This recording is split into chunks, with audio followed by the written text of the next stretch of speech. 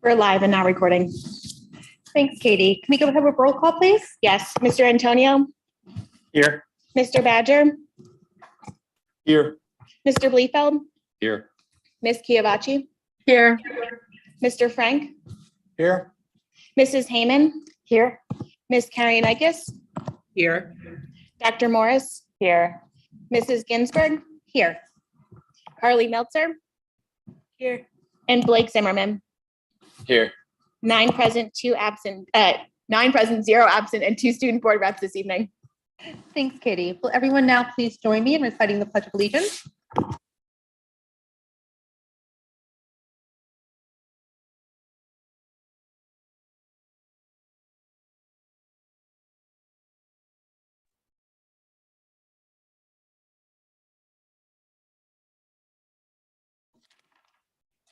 Thank you, and welcome everyone to our September 27th meeting of the Wissahickon School Board. If we look at our agenda, we first list out our prior meetings. The board met for our regular public meeting on August 22nd, 2022. The MCIU Board of Directors met on August 24th, 2022. The Facilities and Transportation Committee met on September 19th, 2022, and the Policy Committee met on that same date. We have a couple upcoming meetings. Tomorrow evening, we have the MCIU Board of Directors meeting. On October 3rd is our next regular public meeting. October 11th is our Board Curriculum and Technology Committee meeting. October 17th is our Board Racial Equity Oversight Committee meeting. And October 24th will be our Communications Committee meeting. And then on November 1st will be our next public work session. Now we have a bunch of presentations this evening. First, we have our new staff introduction video. All right, good evening. So it is with great pleasure that I introduce some of the newest professional staff members by showing you this incredible video Kirsten Rawlings compiled for us. But before we start the video, I want to share some fun facts about this past hiring season. Although I think it would be better described as a year-round endeavor versus a season these days. So this past year, we received and screened 2,613 applications.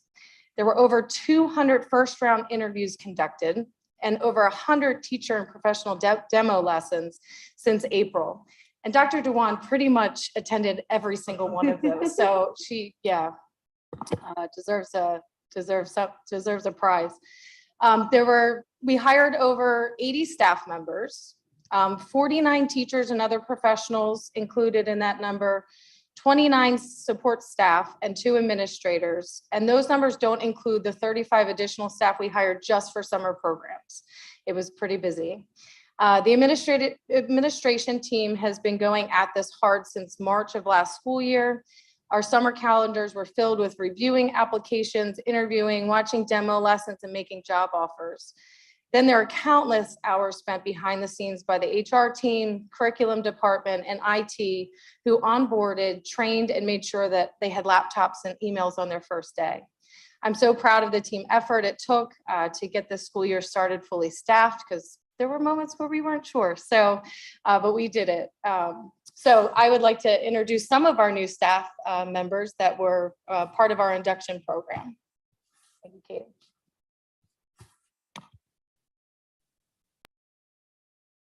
Hello, WIS Nation. We are thrilled to welcome our new staff. Listen to how they like to welcome and engage our students. I'm Danielle Chernitzky, and I'm a 5th grade teacher at Stony Creek Elementary. And one way that I like to make my students feel welcome in the classroom is by using morning meetings and greeting activities. Hi everyone, my name is Lizzie Law. I will be working at Wissahickon High School as a Spanish 1 and Spanish 2 teacher. And something that I love to do with my students in the beginning of the year is create a classroom quilt where they all take a piece of paper and they divide it into a lovely pattern that would fit into a quilt, and they share 4 things about what makes them who they are. Hi, my name is Gilligan, and I'll be teaching 1st grade at Bluebell Elementary, and I think it's important students feel welcome so they can feel comfortable in the classroom and reach their full potential. Hello, WIS Nation. My name is Tahira McGill. I'm the new assistant principal at Wissahickon Middle School. I'm so excited to join the team, and I look forward to finding out what makes each of our students unique and what makes them excited to come to school each day. Hi, I'm Carly Tinnell, and I am teaching 5th grade at Bluebell Elementary School. And in my classroom, I'm so excited to get to know my students by having morning meetings, sharing every day, learning about each other's interests, and just getting to know each other so that we can build a real class community. Hello, my name is Cassandra Allen, and I am the new resource counselor at Wissahickon High School. My goal is to create a safe space in my office where students feel like they belong and can share anything. I am Alexandra Migno. I'm the speech language pathologist for Stony Creek. And one way that I make my students feel welcome, actually there's two, is I usually do handshakes, and I also like to show my students a little fun side of me, and I always wear SpongeBob socks. About 90% of the time I usually wear it, and I actually have them on right now. Hi, my name is Diana Pacera. I will be a 4th grade teacher at Bluebell Elementary. Something I do to make students feel like they belong is incorporate social emotional learning in morning meeting and closing meeting, providing opportunities for students to share more about themselves, learn about their classmates, and make connections. Hello, I'm Eileen Acevedo. I'm the Spanish teacher at the middle school. It is important for students to feel welcome because it can help them to feel comfortable and give a sense of confidence. Hi, I'm Jacqueline Dororio, and I'm the new BCBA for Stony Creek Elementary. And some of the things I like to do to get my students engaged is to understand their likes and wants and kind of use that reinforcement throughout the year. Hi, my name is Jacqueline Matthews. I'll be teaching in autistic support at Stony Creek, and I like to greet my students in fun and creative ways each morning so that they all feel welcome and excited to learn for the day. Hello, my name is Jasmine Morris. I'll be a 4th grade teacher at Stony Creek Elementary School. Something that I like to do to make my students feel belonged and accepted in our classroom is every morning I would like to greet them with a special handshake, any handshake of their choice, just to create that connection and build a stronger bond with each student. Hi, my name is Jenna Garcia, Spanish teacher at Wissahickon High School. And one thing that I love to do with my students to get them engaged is a lot of activities where they're up and moving around the room, doing some hands-on activities and games that make everybody enjoy learning. Hi, my name's Jillian Knab. I'm a 1st grade teacher at Bluebell Elementary. I like to do a question of the day, and that way they get to answer, tell us a little bit something about themselves, and everyone gets to have their voice heard in the classroom. Hi, my name's Larry Wendler. I'll be at the middle school teaching health and physical education. So one thing that I really love to do with students in the beginning of the year is to do cooperative games in the gym. It really gets them together, gets them to start to know each other a little bit, and helps me get to know them. Hi, my name is Leanne Houseman. I'll be a 2nd grade teacher at Bluebell Elementary, and something I do for my students to feel appreciated is I have a little drop box in my classroom, and they can always share notes about how they're feeling to let them know that I'm always there for them. Hi, my name is Meredith Soto, and I'll be teaching elementary art at Lower Gwinnett, Shady Grove, and Stony Creek. Something I do to welcome my students is some of the first art projects.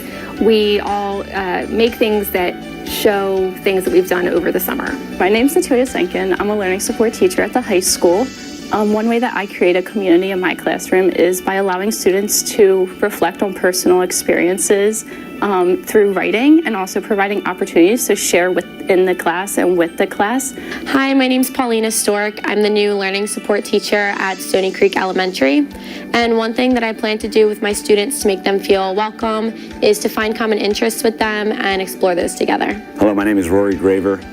This school year I'll be working in the high school as the long-term sub for health and phys ed. One thing I enjoy doing at the beginning of the year to kind of promote belonging is that we play a game called Mission Impossible, and this game really works on communication and getting to know one another. I'm Sierra Rose. I'm kindergarten at Bluebell Elementary, and to make kids feel welcome in the classroom, I like to make a special handshake for each individual kid. Hi, I'm Suzanne Nutter. I'll be over at the high school teaching social studies, and one thing that I do like to do with my students to get them engaged is to get them up and moving and interacting with each other. Hi, I'm Carrie Holder. I'm so excited to be working at Wissahickon High School. I'm going to be one of the new biology teachers. I don't know if there's any other, but the joke with me for years is that I don't give anybody hugs, but I do give fist bumps. So when you When you come, you get a big friendly smile from me and a lot of times you'll get a big laugh and you'll get a nice big fist bump. Hi everyone, my name is Tahira Hair. I am at Stony Creek Elementary and I am going into 3rd grade. We do affirmations in the morning, and every morning we look at ourselves in the mirror and we say an affirmation that they pick. So I could give an example like, I am strong, I am independent, I can do anything I put my mind to. My name is Shannon Spence. I am the health and PE teacher at Stony Creek, and something I do to make students feel welcome is introduce with music and incorporate a lot of technology in the gym. Alrighty, my name is Tori Trout. I'm going to be a long-term sub for 1st grade in Lower Gwinnett Elementary. And one thing I like to do to make my students feel more comfortable and welcome in the classroom is just really focusing on building community, relationships first, and making them feel as if it's their classroom as well as mine. Right. My name is Jordan Renshaw. I'm a 1st grade teacher at Shady Grove. I plan to start each day with the opportunity to allow them to tell me about something that they're really excited about, hopeful for, or something that may be bothering them, and they feel like, I care not only about their academic success, but their home lives and their personal interests as well. Hi, my name is Kwa Pham. I will be teaching chemistry at the high school. Chem is try. So I love my students to try everything.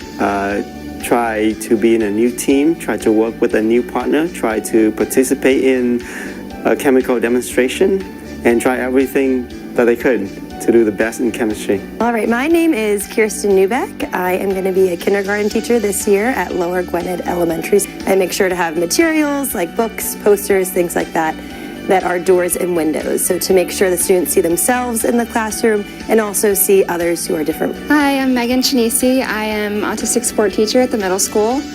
And one thing that I do to make my students feel welcome is having them check in the morning during morning meeting and letting the class know how they're feeling that day.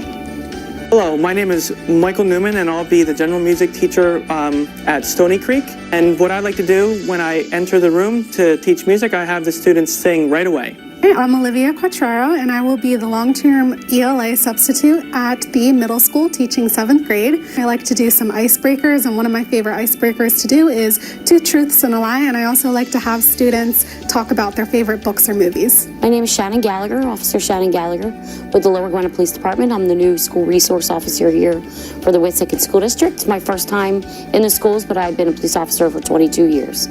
Just wanted to welcome everybody back, and my goal is to learn all of the kids' names by the end of the school year, which is a tough feat, but I'm going to try. So that is all. Hi, my name is Susie Boxman. I'll be teaching ELD at the high school, and one thing I like to do to make my students feel welcome is learn how to say good morning or good afternoon in their native language, and they get a chance to teach me something they know as I'm teaching things to them throughout the year.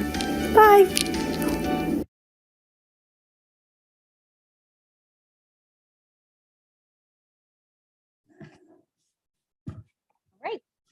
Thank you. That was wonderful. And welcome to all of our new teachers and staff. Did anybody have any questions or comments about the video?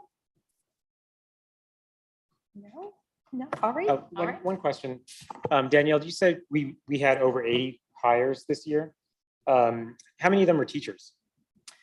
49 teachers and other professionals like BCBAs and speech and language. So great. And was the amount of hires we did this year like typical, or was it high or low versus previous years? I didn't go back and take a look, but that's definitely something I'm going to pull, and I can get that for you. All right, great, thanks. Yeah, thanks. I think I have the next presentation. Oh, great. I do. On tenure. So we have our new employees, and now we have our employees that are about to receive tenure. So it's my pleasure in recognizing 15 professionals who will achieve tenure in Wissahickon School District this evening.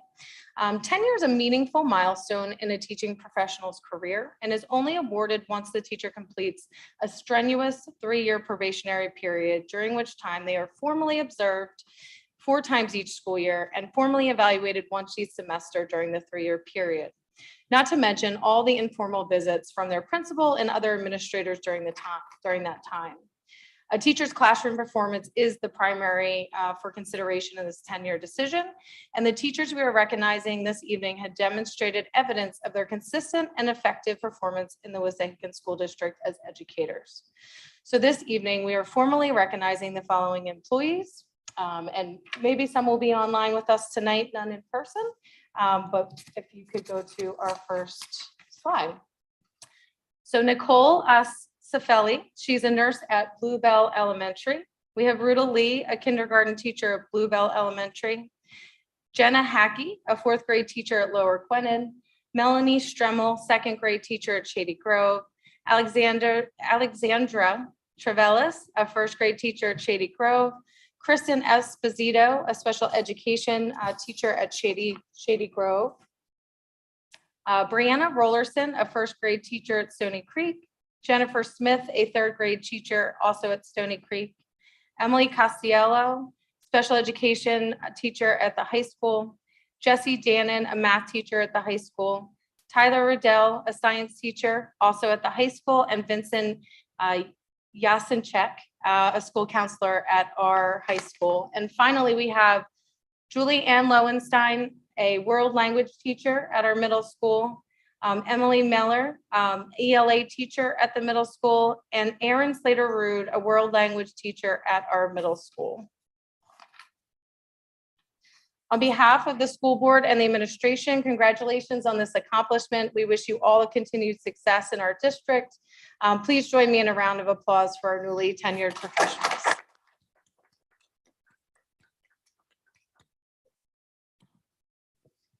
Thank you, Danielle, and congratulations to all of our teachers who reached tenure. All right, our next presentation is Wissahickon. Oh, actually, were there any other comments? Sorry, did anyone else want to say anything? No? Okay. All right, then we'll move on to our next presentation, which is the Wissahickon High School monthly highlights. Hello. So things at the high school have been going very well so far. I'm happy to say that we're off to a very good start. What's coming up is homecoming, which is very exciting. This is, I think, our first year, at least when I've been at the high school, with a homecoming dance in October, which is very exciting. I'm looking forward to it. And our homecoming game is not this week, but next Friday. So next week, we'll have a week full of activities and theme days leading up to that. And then the homecoming dance is the Saturday after the game. So everyone is really looking forward to that. And there's been a great turnout at all the football games, which is fun. And there's been a lot of fun themes to participate in. Last Friday, the theme was country club versus country. And it is really cool to see how like all the students are very spirited this year. I feel like everyone is getting very involved right off the bat, which is really exciting.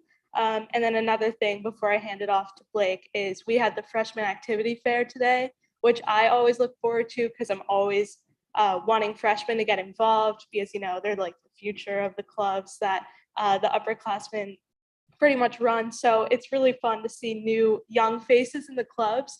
And I know that it was a big success because I was there running one of the club stands. So it was great to get a lot of like freshman signatures and get them excited about Wissahickon High School.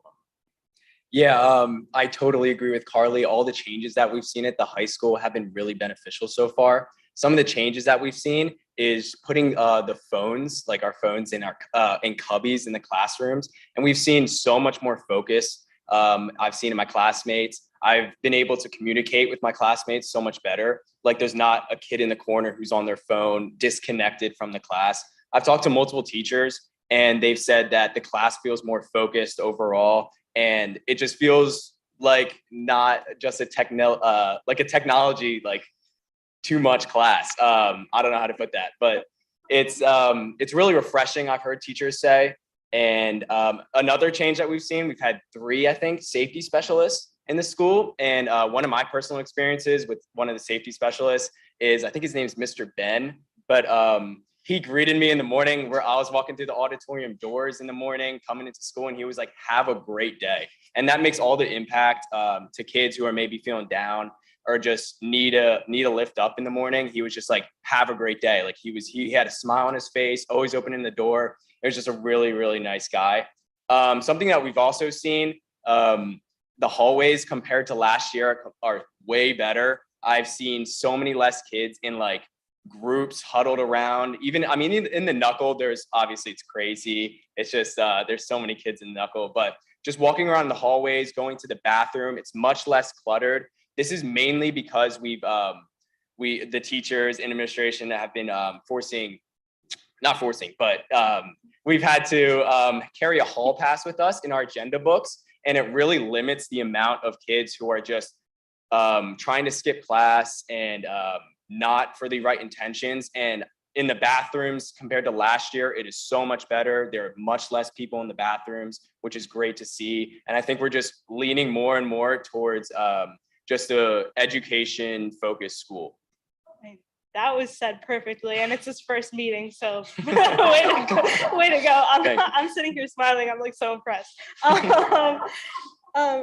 Okay, you pretty much like covered all of it, but one other thing is the WIS has space. So there's 7 minutes dedicated for that in the morning and 7 minutes in the afternoon. My time might be off. 7 minutes, right? It's about that. Yeah, 6, 7. So the morning is a quote or a video that you watch, and then you like discuss it as a class. And then the afternoon is just a general check-in, like a how are you doing, rose and thorn type situation. And I honestly think it's been really beneficial, especially just like getting to talk to kids who normally you wouldn't talk to in class, when the teachers will say, turn to your table and talk. I don't know, I just feel like it really encourages people to contribute to discussions. And in the afternoon, it's just such a good way for teachers to get a read on how kids are doing and for other students to just, again, talk to each other. The phones are making such a big difference. I'm sure kids were like hesitant about it at first, but I'm like talking to people in my classes. It's great. Not that it wasn't before, but I don't know. There was such a distraction, I feel like last year. So I guess between the two of us, we just have very overwhelmingly positive things to say. And what he was saying about Mr. Ben was so true. He's like the highlight of my morning, every single morning. Great, thank you for that update. I love to hear about all of these positive changes. That's awesome. And I'm glad that both of you have had really positive experiences so far this year. Does anyone else have questions or comments? Paul, go ahead. So just 2 questions. The cell phone copies, they are voluntary or are they mandatory? No, they're mandatory, but they're going well. I will say in study hall and lunches, you do not have to put your phone in a hotel. Yeah. Which is good. Yeah. And it's not like you could still have the communication factor, say like with your parents. Some of my teachers let us take it, let us grab our phones like 3 minutes before. So if there's really an emergency or anything, and obviously no teacher will restrict your phone if there's an emergency or if you really need your phone. But it's definitely mandatory, but we've seen a positive impact from it. Definitely. Okay. Terrific. The other question I think is maybe more for the administration, but regarding homecoming, do we have any targeted outreach to alumni to participate in homecoming, to come back, to get back involved in the school, or is it still mostly student focused? There's probably 2 answers to that. I wouldn't say there's necessarily targeted. We certainly advertise the opportunity, but that same night is our Hall of Fame induction. And the alumni who are being inducted will also be at the football game. And so there'll be lots of opportunity for that. We communicate as far and wide as we can via social media and our normal channels. I don't know that there's necessarily targeted emails to anyone per se, but we try to make it as advertised as possible. Recommendation, just in terms of student morale and also keeping people engaged in the district and in the community. Maybe future years, we might think about specific programming that would really encourage people to come back and stay engaged with our Wissahickon community. Thanks, Paul. Yeah, I agree. I think that's a great suggestion to really try to keep students engaged after they graduate. I think that'd be great. Do we have like an email like database of graduates, or is that not something we keep? It gets pretty unreliable pretty quick, but we do have ways. I know there's a number of alumni groups online, particularly on Facebook. Most of the classes that graduated around the time that I did each year has a specific page. which could be a network to get word out for different events. Ronnie? Both my son and daughter graduated from Wissahickon, and there's never anything that they get or know about Wissahickon unless they talk to me. I mean, they're not involved. There's no interaction. One of the things we have is that very recent graduates are much easier to stay in touch with.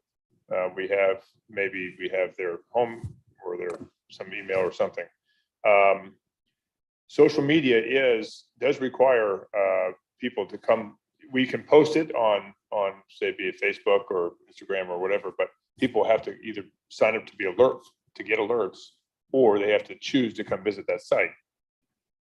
We don't really. I mean, it's easy enough to get alerts from our various different outlets, but you have to choose to do that, and then you have to say like, well, I'd prefer text or emails or what have you. We don't have we've tried very hard to get a dedicated contact database, but as I said, after a couple of years, it's just extremely hard to get people to keep it updated. I mean, it's hard enough for us to get our parents to keep stuff updated, let alone alums. What about an alumni Facebook page? Yeah, good. And we could do that, or we could link it. We could that or link to various other social media outreaches. I don't think we've learned, and we all know this, is just posting something on our website. That's so passive. That's not good enough. However, we've been talking in this forum about maybe not necessarily having social media be the only way people stay connected. So we do need to do things like this more newsletters we're generating. That's a push out, but we have to have a contact. We don't know where to push it. Any other questions or comments, Joe?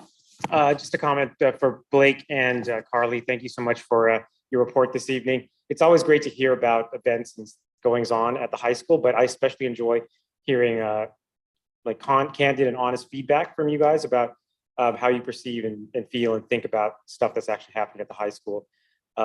We make a lot of decisions here, approve contracts and this, that, and the other thing. And sometimes it's hard for us to get feedback from the actual people who are experiencing or hopefully benefiting from decisions that we make. So thank you for bringing that perspective tonight, and look forward to more of it throughout the course of the year. And Blake, great job on your first meeting so far. Thank you. Yeah, I just want to echo Joe's comments. Blake and Carly, you're the reason we're here. You're the reason I'm here. We want to do right by you. So I really love hearing from you. And I love that the cell phone thing is going well. Believe it or not, when I was in high school, cell phones didn't exist. So I think you're having a more similar experience to me now. So it's great. And Deanne, to that point, everything was fine for us, right? Yeah, not having a cell phone on our body at all times, and we survived. Anyone else? Zephy, Rosetta, do either of you want to say anything? No? Okay. All right, well, that ends our presentations, and we'll move now to our first public comment period, where we allow 5 speakers on any particular topic. Please limit your comments to 3 minutes. It's not our practice to engage with speakers. When appropriate, we will follow up on our website. And this first public comment period is for agenda items only. No one's registered. Okay, and no one's here in person, so we will move on. We now move on to the board president report. I have no informational items this evening. Under action items, I do have 2 items. One is the approval of the district goals and ongoing priorities for 2022-2023 school year for document 6-1, as well as approval of resolution number W15-2022, amendment 3 of employment agreement with Dr. Chris Field, our superintendent, for document 6-2. Were there any questions or comments regarding those items? If not, we'll be voting on those next week. Next, we'll move on to the superintendent report. Thank you. The couple of informational items. The first is, and I do believe we shared this earlier, but earlier, to start the school year, the Wissahickon High School received a really nice honor from the PIAA, which is the Athletic Association of Pennsylvania. And it states that your school has received the distinction of earning the 2021-2022 Sportsmanship Award, voted on by your league member schools. So we have lots of, we always in this forum celebrate the success of our teams and of course with good reason. But we also want to just always point out that these are student athletes, not just athletes. And as this recognition points out, they're also good citizens. So to all of our athletes, our coaches, everybody else who did all the things to get this recognition, I mean, this is really who we are. I think this is a tremendous recognition for the school and the district families. Then we have our official 10th day enrollment update, which will, Katie, you want to put up on the screen a little bit? We have, remember, every year we have to wait until the 10th day of school before anything becomes official and it gets submitted to the Department of Education. So this will be pretty hard to read up there, I think, but in any event, I can share that we have, start at the bottom and work up, 62 more students compared to last year, which is a 1.23% increase. This piece of paper is broke. Well, the next piece of paper or the next slide will show will be the 5-year like look back, but this one is just a snapshot of this year. And you can see that the growth is primarily in the elementary grades. That's that number has gone up about 80 or so. And middle school and high school roughly equivalent. So the growth is in the younger grades and it's going to work its way through the system over time. Any questions about this one before we move on to the? You'll be able to provide for us a breakdown of how many students are in each class for each grade? We'll do that, yes. That will likely be just taking the number on the sheet and dividing it because sometimes classes aren't exactly even, depends on some things, but we can do that, yes.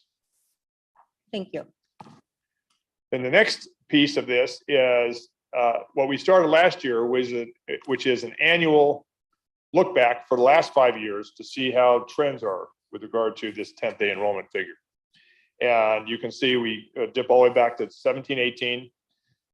There's a footnote at the bottom that shows, that reminds us all that the 2 years, 2021 and 21-22 really had some unknown pandemic impact. So we'll take those with a grain of salt. But over 5 years, you can see that as we discussed earlier, the K-5 enrollment has gone up about 15%.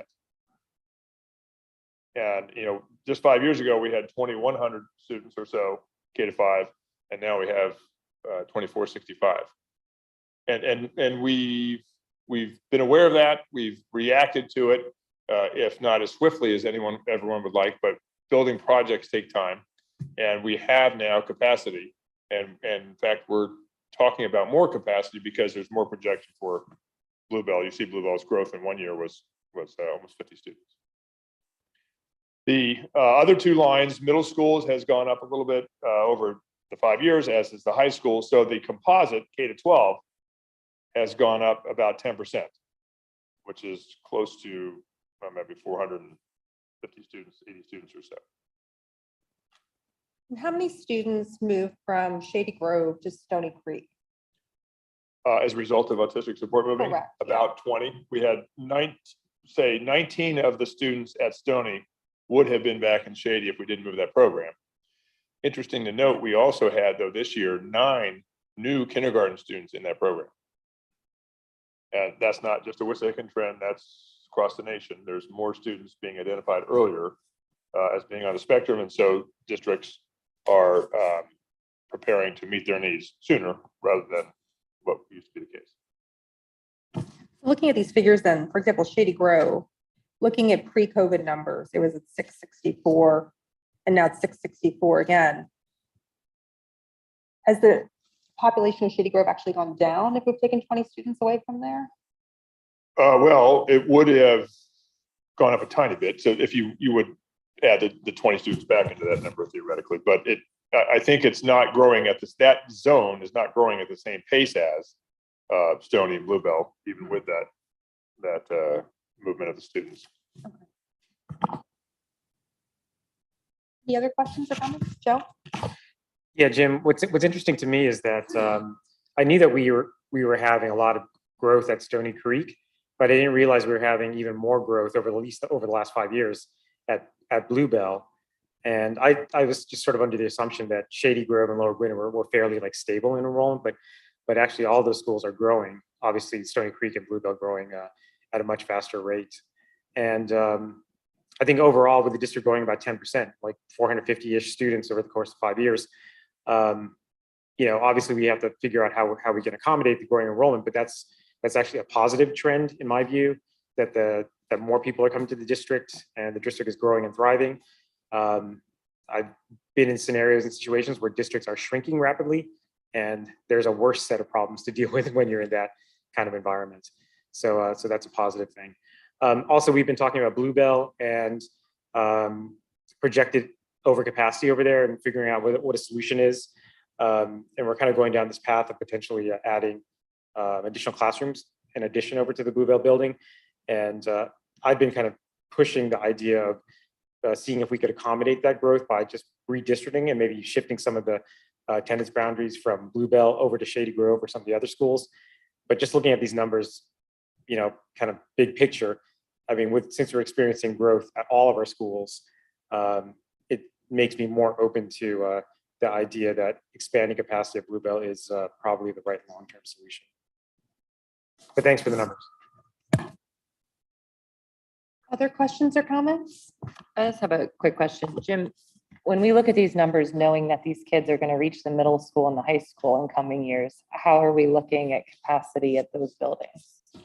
Yes, that's a good question. And that was part of the bigger enrollment projection study. And once this new wave hits the middle school, we'll be thankful we'll have converted the pool to 6 classrooms. The high school, whenever you get to secondary, the building capacity is a different animal, because in middle school, say, it's about teams.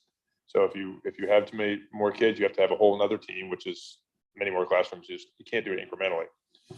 At the high school, with its scheduling nuances and room usage nuances, a building can hold a lot more students just because you can get much more efficient at using the space. So I don't anticipate any space shortcomings at either of those schools in the near future. Other questions or comments? Okay. Yeah, one thing, it's not on the agenda, but it is a little bit later, is I'm pleased after Ms. Hay went through all of the hiring this year, of the summer and whatnot, we continue. And tonight we'll be reviewing the hire of a new director of security. We have, I believe, found somebody who's going to be a great fit for us. Remember, it's a 60% position. It's a central office position. It's going to be somebody very versed in law enforcement, responses to schools interaction and relationship with law enforcement. And presuming he's approved on Monday, he'll start more towards the end of October, and I'm very, very optimistic about his role here. Great, thank you, Jim. Any other questions, comments? All right, so we'll move on to the Assistant Superintendent Report. Dr. Dewan. Good evening, thank you. No informational items and no action items under the Assistant Superintendent's Report tonight. Thank you. And next is the Board Solicitor Report. Michelle. Hi, everyone. Good evening. I have no informational items and no action items this evening. Well, thank you, Michelle.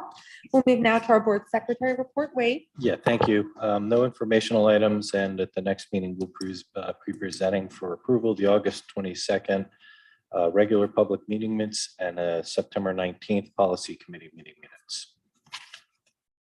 Right. Any questions or comments for Wade? Not, we'll move on to our Board Treasurer Report. Wade. Thank you. No informational items at the next meeting. We'll be requesting approval of the acceptance and minuting of the Treasurer's Report for August 31st per document 11-1. Great, thank you. Any questions, comments? No. All right, we'll move on to our Director of HR, Danielle. Good evening again. For your review, there are 5 action items under 12B. The first 2 action items include resignations, appointments, leaves of the absence, changes in status, extracurricular changes, and volunteer additions.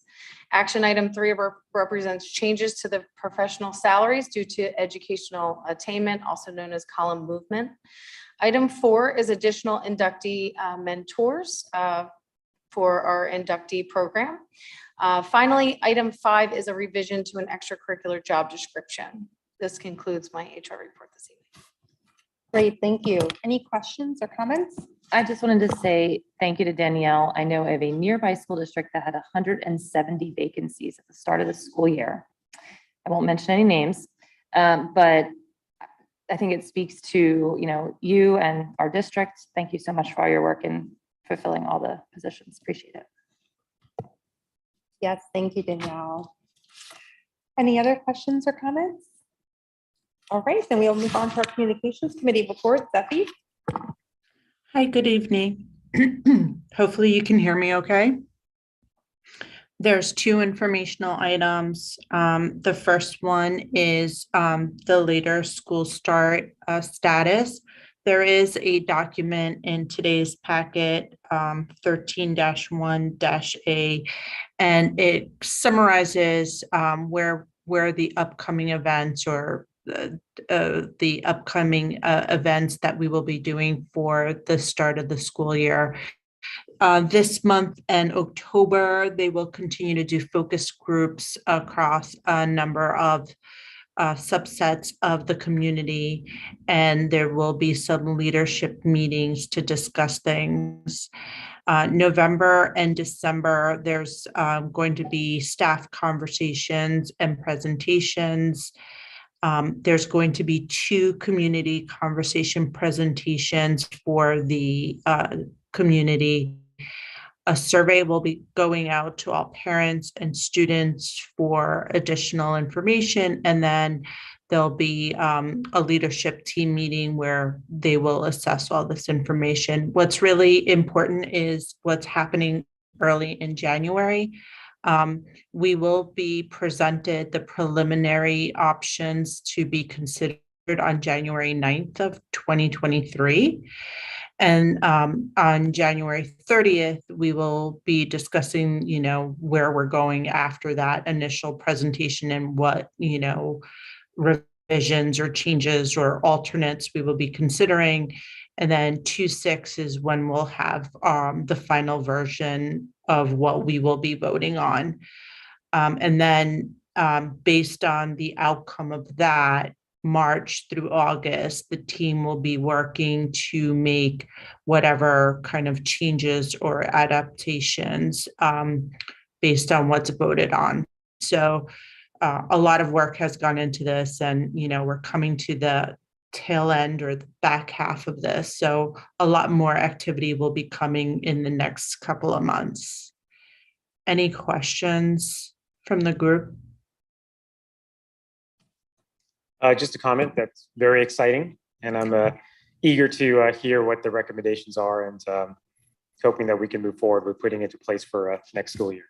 Thanks, Ed. Yeah, thank you. And then if there's no other questions or comments, the other informational item, the board all has seen the annual report that our communication team puts together. That's actually coming out of print and hitting mailboxes in the next couple of weeks, so that the community will actually get their copies of that update for this year. So that should be arriving shortly. And thank you to the communications team for all the work that they've been doing on both of these endeavors, actually. Any questions? Zephy, can I just ask our board reps if they've heard any buzz at the high school about later start times and what people think? Or are you not comfortable speaking about that yet? No, we can definitely speak about it. I feel like there was a lot of people talking about it last year, because I think that's kind of when it just first started being pushed out. I mean, I know it doesn't affect my senior class because we'll be gone. If anything, I'm hearing it's like, oh, I wish it was earlier so that we had the chance. I don't know. What about you, Blake? Anything? Yeah, I did hear stuff about it last year. I did hear some kids, and I mean, going through like starting through middle school, obviously kids would be like I wish school started later. But then I also have to start thinking about, I play lacrosse, and which is a spring sport, and my practices are in like the second end of like the time blocks. So my practices sometimes go from like 5:30 to 7:30. And if everything is pushed back even more, I would just be getting home so late. And I mean, other kids would even more sometimes. And so there's definitely positives and there's some negatives that I've heard. I can add too that thank you for those comments. And we did sort of have a rollout last year at the end, and then we had a little doldrums of the summer, and we're not harassing people early in the school year. But as Zephy mentioned, there in the coming months, there are going to be a lot of opportunities for these conversations, as we're calling them, be it the students who are on the advisory committee or students and families or staff who want to participate in either the two public ones, plus any of the board meetings, plus the survey. So there'll be the survey concept is to seek opinion of parents, guardians, and staff and students. So it'll ramp up again probably in a month or so, and then we'll be back in the same forum and probably ask you the same questions. And hopefully there'll be a lot of opportunity for feedback. You can start talking to your classmates and report back.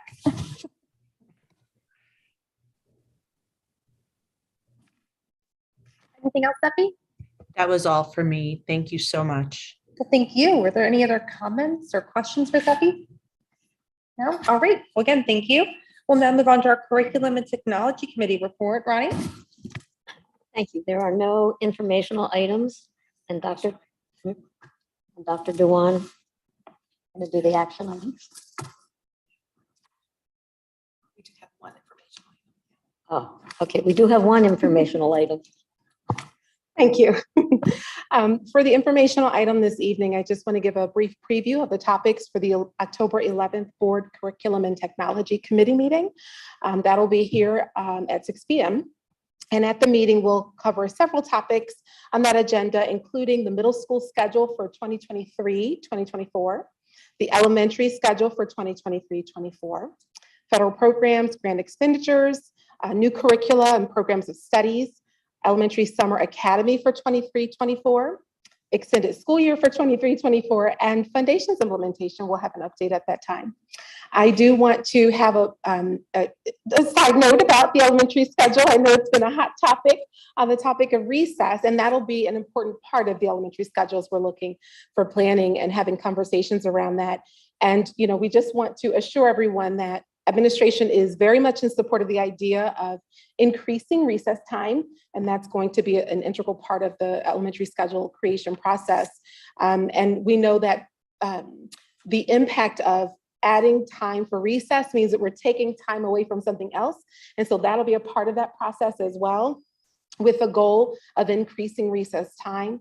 There are many behind the scenes schedule considerations that we have to consider through the process, and we'll be reviewing those at that Board Curriculum and Technology Committee to share a comprehensive view of the process and to dig into what changes will be made.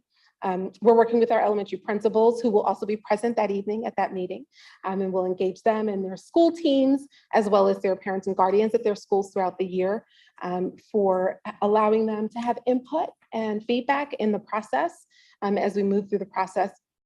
And so we're excited about that, making sure, of course, that we are considering all of the various legal and responsibilities that we have related to student programming, our collective bargaining agreements, all of those things. So those are some of the behind the scenes considerations, but recess is going to be a central part of the conversations as we look at the elementary schedule process.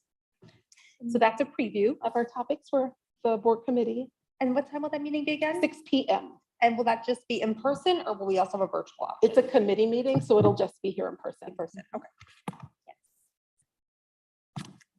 Dr. Dewan, thank you so much for addressing that topic. It's one that is very important to me. I know there is a petition that was circulating. I think it has over 315 signatures right now, and that was just on Facebook. I don't think it's any secret that I'm a supporter of this, and I think this is recess time for elementary is sort of in the same vein as, you know, social emotional learning and later school start times. We're looking at what we're doing academics is not just about pure academics, right? It's about how are we supporting the child so they can best learn. And I think this is an important part of that in the elementary space. So thank you so much for addressing that. I appreciate it.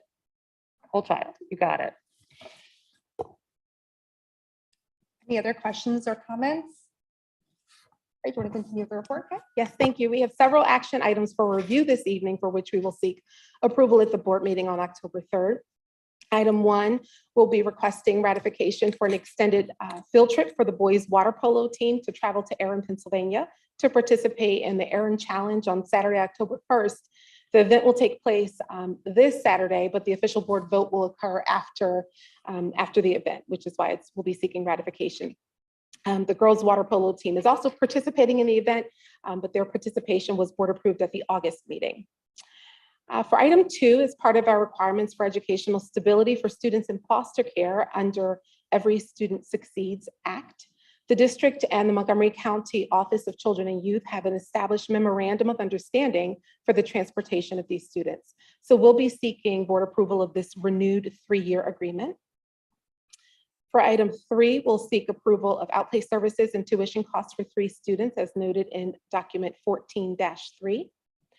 For item 4, we will seek approval of the purchase of a communication platform from Ruvna, which is a crisis management app that enables students to, enables schools to communicate and identify students in real time during emergencies and drills.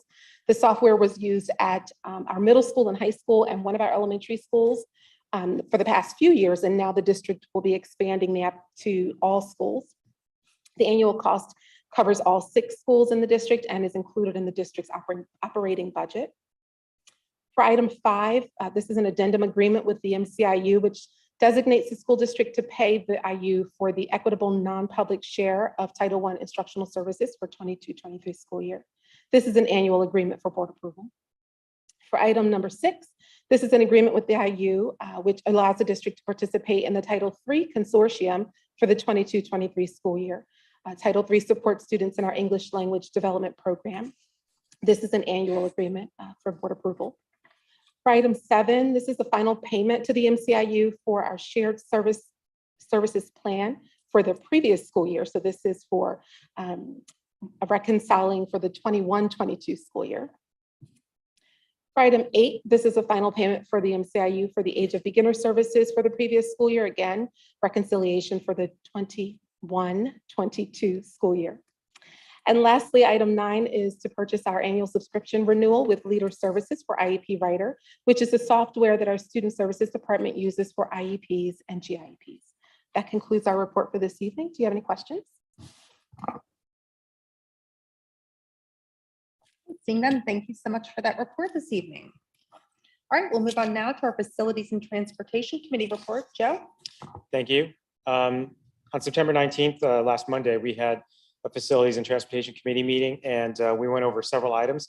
I'll highlight a few things. The first thing on our list was the discussion of proposed contract with a company called Bus Patrol LLC. And essentially, this would be a company that would put cameras on all of our buses and had some kind of technology to take pictures or photos of any cars that are violating the stop arm of the bus. When a bus is parked, the stop sign comes up and an arm comes out. Traffic on both sides of the street is supposed to stop and not pass. And we've heard anecdotal reports of cars, violating the stop arm piece and it being somewhat of a problem. This company essentially would, by placing the cameras on there, would give us a way to photograph cars that violate that and then send off that information as evidence to the police department, who could then issue a ticket for violating stop arm piece. And through that arrangement and this agreement, the school district would actually get a portion of the fees generated by those violations. So it was an interesting concept, and there was a lot of discussion about it. It's actually would be like a sort of a 3-part agreement between us and the vendor company, as well as an agreement with the Woodpayne Township Police Department, who would actually be enforcing the tickets. The board members at the meeting raised questions about the nature and the specifics of the contract, and there's some follow-ups that the administration needs to do to investigate further. So it's not on our list of action items for this cycle of meetings, but it may come up in the next cycle after we've gotten answers to some of the questions regarding specifics of the contract. But just a heads up, I mean, this is I thought it was a pretty interesting and intriguing concept. And in addition to making things safer for the buses and for our students, it also is an opportunity to get some additional revenue for the district as well. We had an update on Stony Creek Elementary. One of them is an action item you'll see 15B4, which is to move a school zone lighting signal near the school. That's required because of the construction that we're doing. We had brief updates on the middle school natatorium conversion project and the high school athletic fields, or the addition of an athletic field with artificial turf. We talked briefly about a snow removal contract, which you'll see as item 15B2. It's more of a routine annual contract that we do each year. And then finally, we had some discussion of Bluebell Elementary and some next steps for the proposed construction of that building. Something that's driven by the state called PlanCon Act 34, which has some required public notices and meetings for any school construction projects. And we'll be seeing some resolutions or action items related to that in the coming months. So any questions about any of those updates? I have a question, Joe. Sure. I like the idea of cameras on buses because I think it would increase student safety, and I'm definitely for that. With the income generated, maybe we could have some crossing guards too. That is a great idea, because there's a thought like, if we got this additional revenue, like, does it just go into the general fund for general use, or could we like target towards some purpose? And that sounds actually like a great idea. Safety for safety, man. Let's do it. Exactly. Right. Okay. Right. So, I mean, again, I think like everyone at the meeting was all in favor of the concept. I think some of the questions were around like, are we working with the right partner, and are we getting the best deal in the interest of the district? But I love the idea of targeting those funds for something like crossing guards, which we know is kind of a recurring ask that we have some challenges in budgeting for each year. Great idea. Other questions? Okay, we have a handful of action items, some of which I've touched on, but Wade, can you quickly run through the 4 items here? Yep, thank you. So we usually twice a year, sometimes 3 times a year if we need to, propose to the board the approval of the discarding of and selling of obsolete equipment. And there is a summary of that information. And at the meeting, as you noted, we discussed the snow removal services, but that is provided as document 15.2. We discussed the specific request for item 3, which is Brislin with additional services fees and the overall contract as part of that. And 4, we also discussed, as you noted, which is the moving of the signalization. From a safety standpoint, it's definitely something that we're in favor of.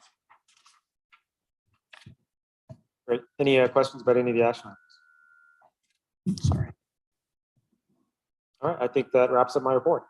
Great, thanks so much, Joe. All right, we'll move on now to our Finance Committee report. David? Thanks, Amy. We have no informational items from the Finance Committee. We have a few action items, which would include the approval of financial reports. Item 2 is approval of an increase of up to $28 per hour for substitute van drivers, including while training for bus driver positions, retroactive to the 1st of this month. Item 3 is approval of revised records retention schedule in accordance with board policy number 824, records management per document 16.2. And finally, approval of the list of payments issued for the month ending August 31st for document 16.3. Great, thanks, David. Any questions or comments? Ian? Is that increase to 28, is that for all bus drivers now? No, just van drivers. Just the substitute van drivers. And is that helping negate the issues we had earlier in the year? It's an attempt to try to entice people who aren't going to be there 5 days a week, but will come on a Tuesday if we need help. Okay, thank you. Any other questions or comments? All right, then we'll move on to our Policy Committee report. Thank you, Amy. We have two informational items this evening. The first is a recap of our September 19th Policy Committee meeting. And the second is the Policy Manual Review Summary per document 17-1A. Since these both go hand in hand, I will talk a little bit about our committee meeting from the 19th, in which we started to review the 600 series within the policy, generally having to do with issues of finance. There were 14 different policies within that series that we reviewed with revisions. There were two policies that we reviewed that will have no changes. And then we discussed the deletion of 3 different policies within the 600 series because they're essentially encompassed within the new changes to the policy. In addition, there were several policies that are PSBA recommended, and these are policy revisions having to do with issues such as threat assessment, emergency preparedness, and school security personnel. The final area we reviewed were district recommended policy revisions.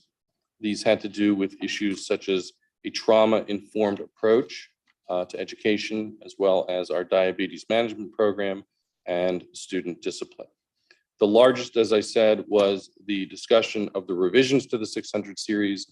And as I said, this has to do with areas of finance, including topics such as gifts and gratuities to job-related expenses, budgets, taxes, investments, purchasing procedures, fund balances, and federal fiscal compliance. So it sort of runs the gamut of our financial policy, and then the revisions as I discussed.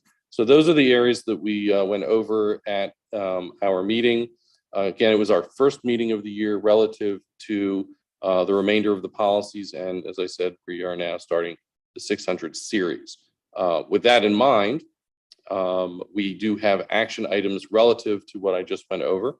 And at the next meeting, I will be asking for board approval of our action items 17B, and that's 1 through 23, having to do with the approval of the first reading of those policies that I just summarized. So unless anybody has any questions, that is the completion of the policy committee report. Great, thanks, Marshall. Any questions, comments? None? All right, well then we'll move on to our racial equity oversight committee report. Paul? Thanks, Amy. We have no informational or action items for this evening. One note, as Amy mentioned earlier, we do have our next meeting on October 17th at 7 p.m. It will be a virtual meeting and all are welcome to attend. Great, thank you. All right, we'll go now to our report of board representatives, extracurricular. Marshall? We had an extracurricular committee meeting on the 14th. There were multiple issues discussed, but the overriding principle is we want to make sure as many, if not all of our students have a feeling of belongingness within the district. So all of our extracurricular activities are geared toward ensuring that we get as many kids as possible within as many programs as possible so that they can all be part of the Wissahickon school community. With that in mind, we went over a bunch of clubs and activities and whether they should be approved or not. In light of the fact that they're going to be seeking approval of the recommendations, I will wait to go over each one of those at this point, but there will be a request for approval. Some are still being discussed. There are issues behind some of them, and we're sort of determining what can be added and whether they should be. There were a couple of specific questions I did ask based upon our last board meeting. One had to do with the baseball tournament that was, I think, down in Florida, and there were questions regarding how would the cost be taken care of. And it was discussed that all of the funding will be from outside fundraising. Now, with that, there was a concern about whether that would be able to include anybody who has any type of difficulty paying for or participating in these programs. What was discussed was the fact that the community at large takes care of that, and so that no child is left behind, essentially. And we involve first at the counselor level, and then determine what needs there are to be filled so that every student can participate. So I think that is a good thing on both ends, that they're both raising money to go, and also we're ensuring that everybody can participate. The other issue was what happens to funds if a club should dissolve? Is it distributed to other clubs? What happens to it? And the answer was, they're going to ask Dr. Blair. So I haven't heard back yet at this point, but we will find out how it's going to be diverted back into the system somehow, so that it is used for a purpose that helps out all of our other programs. So that is a synopsis of the extracurricular committee. Great, thanks, Marshall. Yep. Any comments or questions? No, all right, well, again, thank you. Next, we have the MCIU Board of Directors and MCIU Legislative Committee. Tomorrow evening is our meeting, so I will have a report following that meeting. And unfortunately, the Legislative Committee meeting was last week, but got canceled. So I do not have a report from our Legislative Committee, but we'll have one in the near future, I hope. So next is North Mako. David? Thanks again, Amy. We met last Monday night at the same time as the policy committee was meeting. So that's unfortunate, but. Is that why our numbers were so far down last week? Exactly, yeah. We had thousands waiting, and then all of a sudden. Half of the attendees were at North Mont. All right, you can have it. Sorry. Steady. So we covered routine business for the beginning of the school year, and the administrative director, Gina Partovich, presented two new proposed programs that they're targeting to start next year. One of them is a building and property maintenance management program, which includes lots of different building trades, kind of all rolled into one. And the second is called Sales, Distribution, and Marketing. And the local name is Social Media and Digital Marketing Technology. So sort of modern take on marketing, I guess. Those have not been instituted yet, but they're proposed for next year and up for consideration. That's all. Great, thanks, David. Any comments or questions? Anything you want to add, Ronnie? No. All right, well, thank you so much for that report. I will move now to our PSBA liaisons. Dan? Hi, so some exciting things. Governor Wolf announced $21.5 million to provide students in Pennsylvania free breakfast from October 1st through the end of the year. So I think that's a really great move, a step in the right direction. The U.S. Department of Education is accepting nominees for the 2023 Career and Technical Presidential Scholar Program. Do you know anything about that, Dave or Ronnie? I don't know. Anyway, you have to submit them by October 15th. Would that be Dr. Blair, or does that go right from North Monco? That's the North Monco, but in consultation with the local high school. Okay. Act 1 was announced. Act 1 is the maximum amount that a school district can raise taxes. It's calculated by averaging percent increase of weekly wages plus the federal employment cost index for elementary and secondary schools. And for next year, it's 4.1%. So that's the max that a school district can raise taxes next year. And the 2023 PSBA leadership voting is now open. Amy, I had emailed you about that. It said like that boards, this is my first rodeo here, but that boards vote on the PSBA leadership. I don't know. Do you know about that? Have we done that in the past is my question. Joe? Yes, we have done that. My recollection is that it's similar to what I've heard elections in Russia are like, where you have one candidate and you vote yes or no. So it tends to be more of a formality as opposed to like a real vigorous, I guess, debate or discussion between alternative candidates. Sorry to burst anyone's bubble, but so will Wissahickon be participating in said vote? Yeah, maybe I mean, not. in the past, I believe it's just like an action item we have. It'll Okay. probably be under the board president report, and it's just like to vote yes or no on the list of candidates that are put forward. Got it. Okay, thank you. And I think that's all I have for now.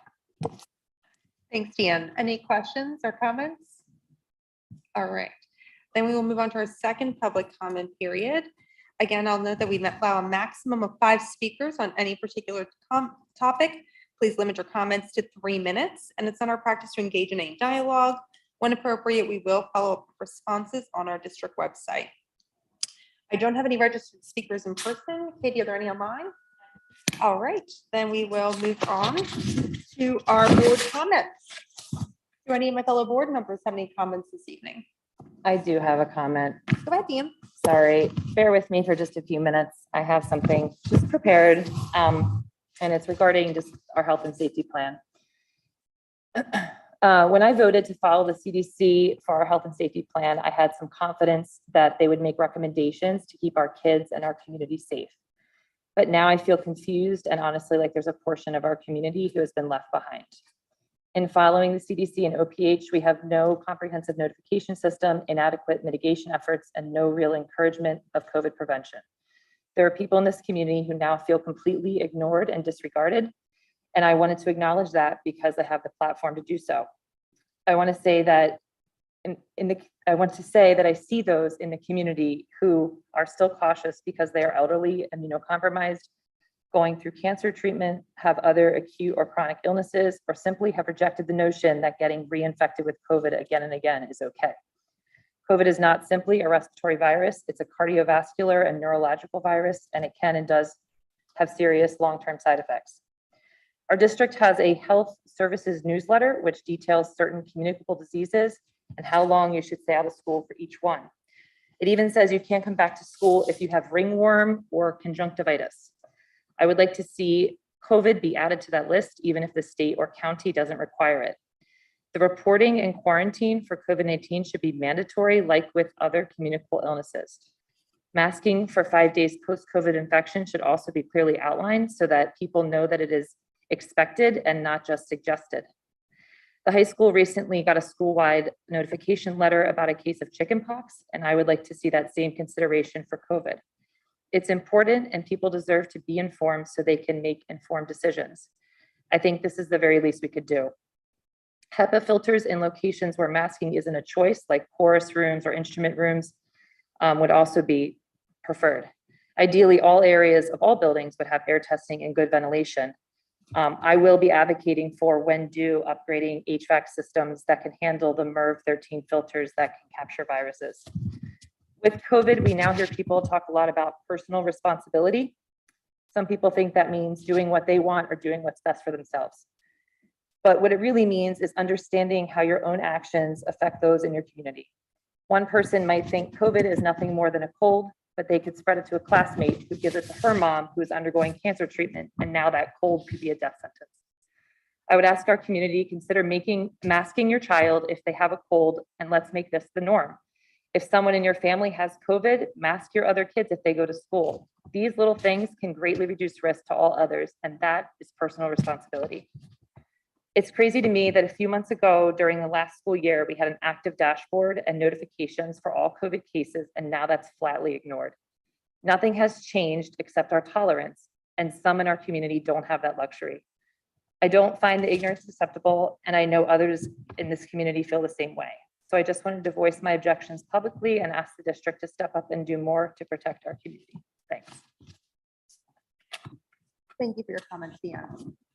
Does anyone else this evening have any comments? No? I do. Oh, go ahead. Yeah. Hi. I have to agree with that. I think that one of the things that we need to really look at is that COVID is not going anywhere. It's going to be a disease that stays with us for the long term.